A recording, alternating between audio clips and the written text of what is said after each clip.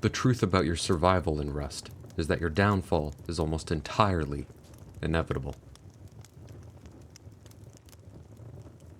Almost.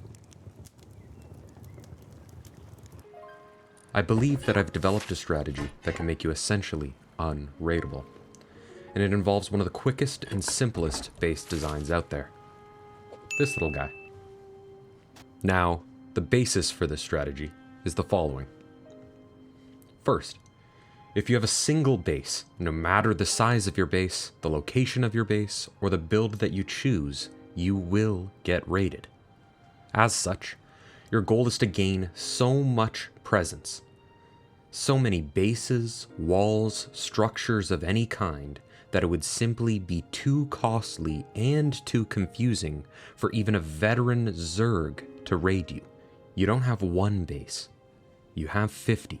And lastly, and most importantly of all, your valuable loot. Think your sulfur, your guns, your scrap, your components, whatever it is always stored in either a tool cupboard or a vault, especially before you log off. Now, what do I mean by vault? Well, let me introduce you to your new base. A 1x1 with a triangle for TC. Nothing too fancy. It's just a couple of drop boxes, but otherwise, it's a glorified external TC. It's what's inside that makes this thing interesting. You see, you better get used to building these things, because you're gonna need a lot of them. Now, most of these are going to be completely empty. Early wipe, they'll be made out of stone, and they'll only really serve as tool cupboards for external walls and whatnot. Now, in a pinch, they'll also work as a fantastic place to hide tons of farm. However, the point, even on the first day that you implement this strategy, is to build an overwhelming amount of these things. The more of them you have, the less likely it is that someone even considers raiding one. And furthermore, the likelihood of them raiding one that actually has any loot in it gets smaller and smaller as you build more of these things. Because yes, 1 or 2, maybe even 3 or 4 of these will actually contain a sleeping bag, a workbench, and some boxes for your loot. Personally, I like to have a minimum of a 4-to-1 ratio of fake vaults to real vaults, but if you can manage it, a 7-to-1 or an 8-to-1 ratio will likely make you unraidable. Why would your enemies take the time to make sense of the abomination of a compound that you've built? And why would they take the time to systematically raid each of your vaults, hitting empty vault after empty vault, when they can simply go raid a different base that looks richer and far less complicated to raid? You see, with a single base, or even 2 or 3 bases, there will always be someone else who looks at it and thinks, that base must have a ton of loot in it. I could farm enough sulfur to raid that. There's so much sulfur on the map now, on vanilla servers, that even smaller groups of 3 or 4 can easily farm enough sulfur to raid massive bases and compounds. Stop investing your farm in building a massive fortified base, effectively painting a huge target on your back, and instead use less resources to build a few of these and stash away your loot somewhere where no one will even think to raid it. So, this is how we build the vault. You start with square foundation followed by triangle foundation. Then I put these 2 walls down to make placing the TC easier, followed by the triangle roof. Then TC, and I lock it. And then we're gonna put window, and put the window on. Then I like to put this 1 wall down. It makes it easier for lining up the boxes. And then we're gonna do boxes next. The boxes need to be as flush as you can get them. This might take some doing. You might have to place them down, check it, pick them back up again. Getting the precise placements for the boxes, the workbench, and the sleeping bag can be tricky. Even when creating this video, it took me a while to get all of these placements perfectly. So I recommend to just keep at it, and eventually you'll get it done right. And on the bright side, the vast majority of these vaults that you make are going to be completely empty. So you won't have to do these tricky placements for all of them. The vast majority of these vaults are going to be decoys anyway. Only a handful of these will actually contain any loot. Then I like to get the next wall down and put the box down, and if you've done it correctly, then they line up like that, and the hard part's done largely. Then you're just moving the workbench over. Again, everything needs to be as snug as possible. I would typically keep the workbench for last. I found that this is the easiest way to go about doing it. And lastly, we're placing the sleeping bag here. If you've done everything correctly, the sleeping bag should fit. You can also get a sneaky small box here under the workbench if you really want to maximize your space. And that is the hard part of the build out of the way. We just come come up and out now, and then we follow that up with a floor on top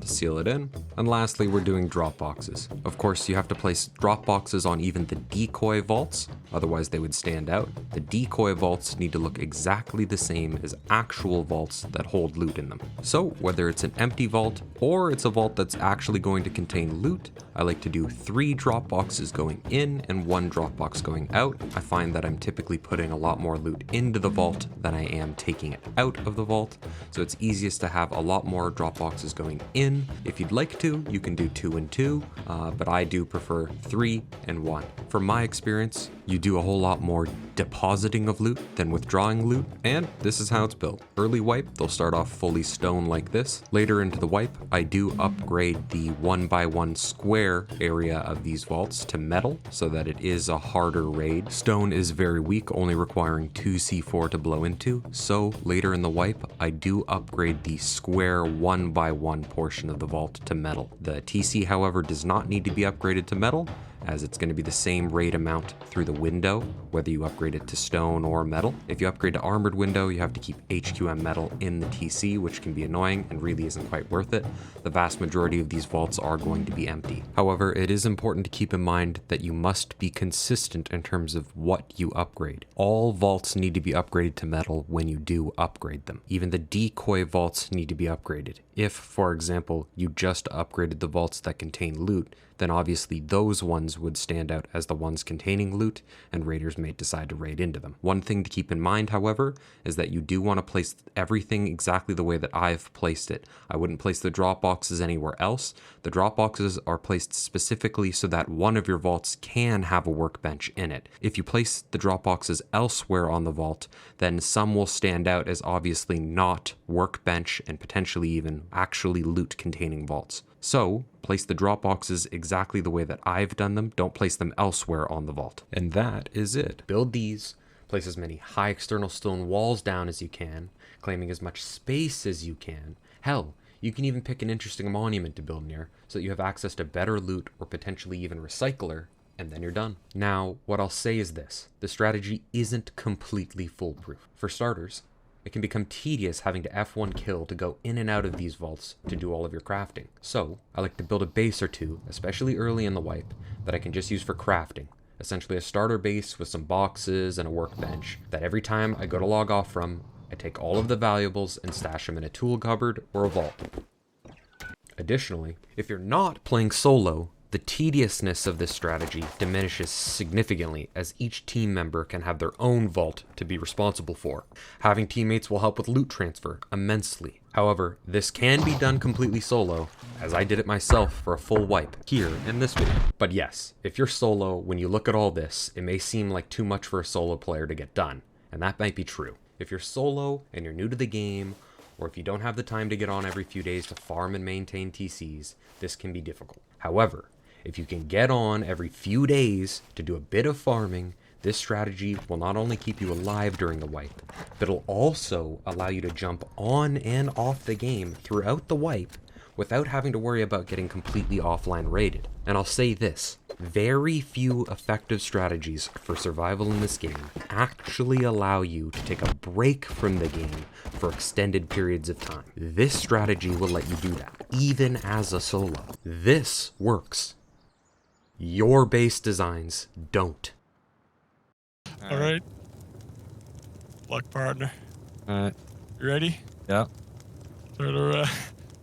1, 2, 2, 3, 3, 4, 4, 5. Man, these things. Oh God! I want to burn this whole fucking thing to the ground.